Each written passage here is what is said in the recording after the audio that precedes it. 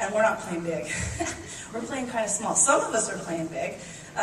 Amy Austin, Kelly Barkwin, and Hallie Red, they're playing big, huh? And two other ladies who've inspired me in my career, Sharon and Candy. They never, ever played small. So I want to invite you to start playing big. And hopefully some of the things that I say today will help you know that that's what you want to do. I think that success comes from a mindset. I think that we have to believe in ourselves. And we can't hide behind some of our limitations. And as women especially, we focus on some of those limitations. You know, whether it's the resources. Well, I haven't been able to work my business because I don't have the tools that I need. Well, I can't work my business because my sponsor doesn't support me. You know, maybe it's an image thing. I'll never forget one time going to a workshop, and I live in a really windy place here in Utah, and I got all primed and ready to go, and as I was getting out of the car, putting my lip gloss on, I look in the mirror, and I'm like, when I left the house, I didn't look like Mufasa. I do now. I deal with the wind, you know, and I was just so worried about my image, and it affected my whole workshop because I was like worried about my hair. It's so stupid, you know. Maybe it's our husbands, you know, those little rascals. Sometimes don't support us, you know. That's not the word I was thinking about, but I'm glad that's the word that came out. So I want you to think back to the day that you signed up as a consultant. There was a light inside of you, wasn't there? There was a belief and a mindset that this was the company for you and that you could be successful at this company. And I want you to think back to that day and go back there because that light is still there. And what we're doing as consultants is we're looking for other people. We're looking for their light. That's what we want to find. So when you're talking with people, I want you to change your mindset of how you're talking to them, and I want you to be looking for their light. I don't want you to call and be thinking, before you make that phone call, I really need to sell 10 more clubs today. That's what I'm thinking about when I'm on the phone call. I want to think about that person that I'm about to talk to, and how could Heritage Makers change their life? Take the focus off of you and look for their light inside of them. So there's three things. I mentioned there's three things to be successful in this company. Belief in three things. Our products. I think we all believe in our products. That's a no-brainer, right? Yeah, we have fantastic products. Our company. Do you believe in the backbone of what we are, and do you believe in our home office? I do. I believe in it with all my heart, and it's not because I get to spend time at the home office, because I don't. It's because they listen to us and they give us what we need. You know, one thing I'd never done before was direct sales, and I didn't know how successful the industry was. And successful direct sales companies have 4 elements. Do you know what they are? People are really conservative about their money, especially right now. And direct sales companies usually offer something that maybe we don't need. Pills, potions, lotions, you know, stuff like that. And people kind of look to the direct sales industry as, oh, I don't need to buy that. But people do spend money on things that are related to relationships. That's the number 1 thing that they will spend money on. Number 2 thing is things that are related to money. Number 3 things is things that are related to body and image. And number 4, things that are related to stress. Do our products, are they related to relationships? Yes. Are they related to money? Yeah. I would have to say so. Are they related to body image? Right at first I said, no, I don't think so. But my good friend Jen said, oh, yes, they are. That little book that I wrote about my daughter, that I am fabulous and I am important, that is creating her image about herself, isn't that? And we are also related to stress and inner peace, because I am in a very happy place every time I'm on tap. So HM covers all of those problems. So the 3 things that make successful companies: do you believe in the products? Do you believe in the company and the way that we sell? And do you believe in you? I want to ask you a question. What are you doing here? What are you here to create?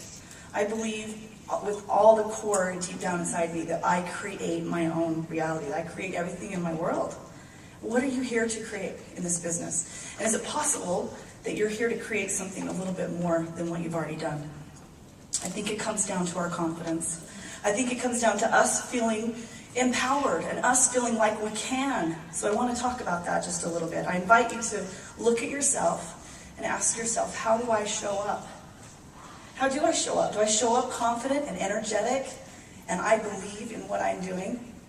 You know, it was really cute, the skit that Wendy and Hallie did, because it was really true. I have no idea what I'm selling. I don't even have a price list, but come do it with me.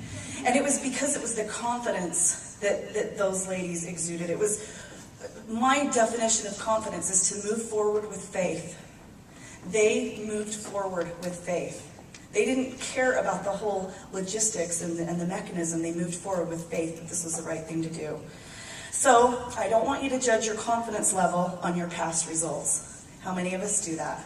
How many of us in this room can sit here and go, well, I lost my title, or I haven't hit what I wanted to do, or I don't feel like I can do this because my past results have been crap, in my opinion. So, are you waiting for that confidence to kick in before you go out there and you be successful? You're putting the cart before the horse. You've got to get out there and be successful, and you've got to learn how to trust yourself to gain that confidence, right?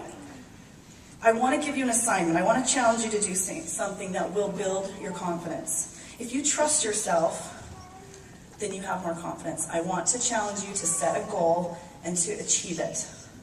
A teeny tiny little goal. I'm going to call 2 people tomorrow.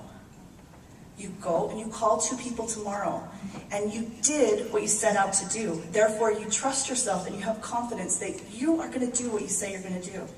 You set your goals and you achieve them, and your confidence level will build.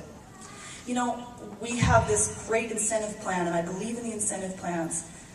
Some of us, 10 clubs a month is hard. It's hard. Some of us, it comes like, no problem. I mentioned those ladies. And that's not me. Me, 10 is hard. So I set a goal to do 2 a month. And when I reach my 2 a month, I accomplished it, and I trust myself, and I feel confident. And I'm okay with my 2. So maybe I can't sell $2,000 a month. My goal is 500. Guess what happened to me when I set my goal at 500? I hit my 500, and I was dang proud of myself. Then I hit 600. Then I slowly grew to 7, and now I'm over 1,000. And I'm tickled with myself because I made the commitment, and I did those little small goals and achieved them along the way to get to the big goals. So trust and confidence, trust in yourself and your confidence go hand in hand. Kind of an example that I like to look at is if you were gambling and you were sitting at a 21 table and you have tons of chips in front of you, you are very confident and you're willing to risk just a little bit more, aren't you? Because you're sitting there with all those chips. You didn't sit down with all those chips. You didn't start with all of those, right? You had to grow into that. So I want to give you just one little thing that I think helps with confidence. One of the things that we have a hard time with is being salesy, being salesperson-y and approaching people. And so what I want you to do is I want you to look at it a little bit different way, and I want you to engage those people in a little bit different way. This is what works for me. Rather than, I'm Amy Dickerson and I'm a representative for a book company, and I'm sure that you don't do anything with your photos, and I would love to talk to you about it. Do you have 15 minutes I can come over and I can show you our system? Just vomited all over the person, and you probably, Instead, I'm going to say, or I say, do you take digital photos, and what do you do with them? And I wait for them to answer. And then I ask other questions. Is that what you'd like to have be happening? Would you like them to be sitting in a box or on your computer? And what if I could help you get them out of that box? How would that change your life? How would that change your family, and how would that make you feel? Same thing with the consultant thing. Rather than saying, I have a wonderful business opportunity and you would be fantastic at it because, and blah, blah, blah, blah, blah, blah. What do you do? What do you do for a living? Do you like it? Does that serve you? Are you creating what you want to create?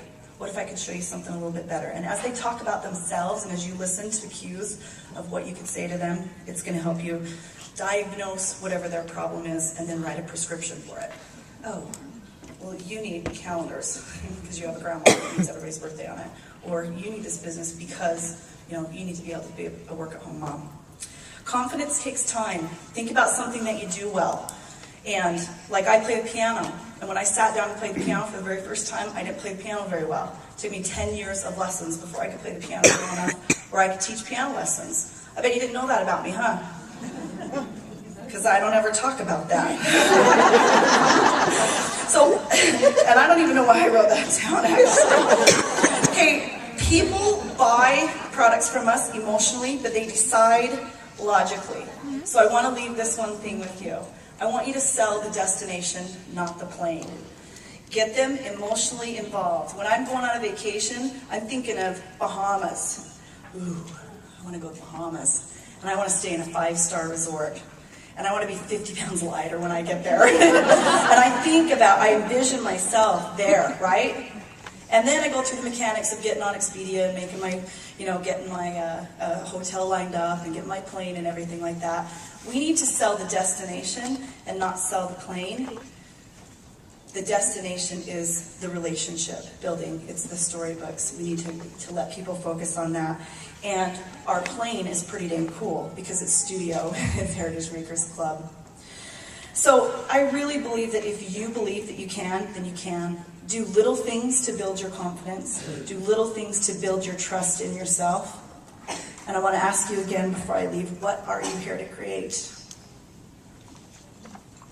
it possible that it's more? That you're not showing up the way you want to show up?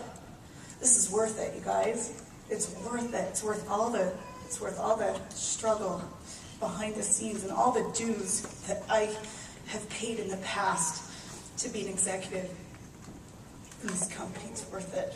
Create it. Please do it for yourself.